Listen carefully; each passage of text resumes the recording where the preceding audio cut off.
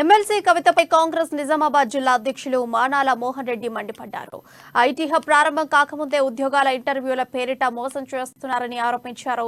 9 ఏళ్లుగా ఎంపీ ఎమ్మెల్సీగా ఉండి ఇంటికో ఉద్యోగమని చెప్పి ఇంటికి ఉద్యోగం ఇవ్వకపోగా 750 ఉద్యోగాల కోసం వేలాది మంది నిరుద్యోగులను మోసం చేశారని విమర్శించారు.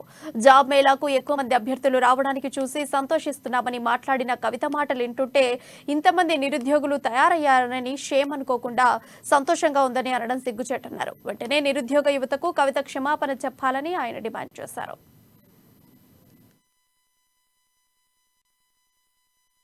ఎమ్మెల్సీ కవిత గారు ఆమె 9 సంవత్సరాలుగా ఇటు ఎమ్మెల్సీగా అటు పార్లమెంటు సభ్యురాలుగా ఈ ప్రాంతంలో ఉన్నటువంటి నిరుద్యోగ యువతీ యువకులకు చేసిన అన్యాయాన్ని ఆమెనే ఒక రకంగా ఎక్స్పోజ్ చేసుకున్నటువంటి సందర్భం అది.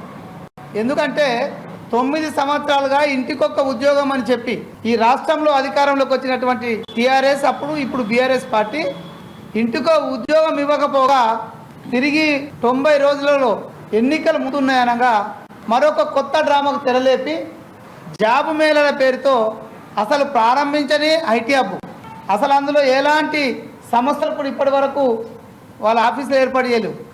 అంతమంది యువకులు సంతోషంగా వచ్చిందని చెప్తుంది. ఎంత దౌర్భాగ్యం ఆమె ఆలోచన.